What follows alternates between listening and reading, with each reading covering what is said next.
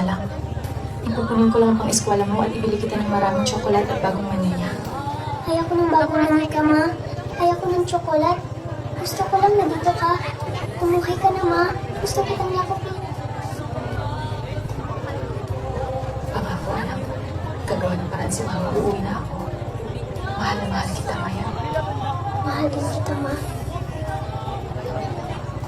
Isang katulad ko, ang sana ng iba'y tinubos ko. Sinong alam? Sa birthday ko, gusto ko ng bagong cellphone. Natanggap ko na rin pala yung pinadala ng sapatos at tsokolate, isang kahon. Pero hindi naman ko sa balita. Marami daw Pinoy sa ibang bansa ang inaabuso, inaalibusta ng mga amo nila. Ayaw mo po sanang mag-alala. Pero ako lang po ay nagtataka kung ba't hanggang ngayon ay wala ka bang paramdam sa amin nila Kuya, Ma. Kamusta ka na ba?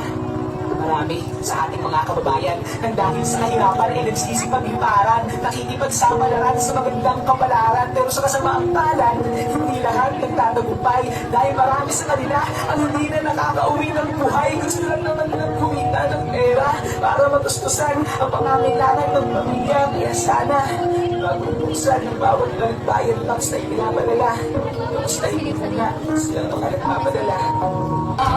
Sino makalaan? Sino ang kaawa-awa? Kami bang halos ang buhay ay iniaalay sa bansa? Mabumayanin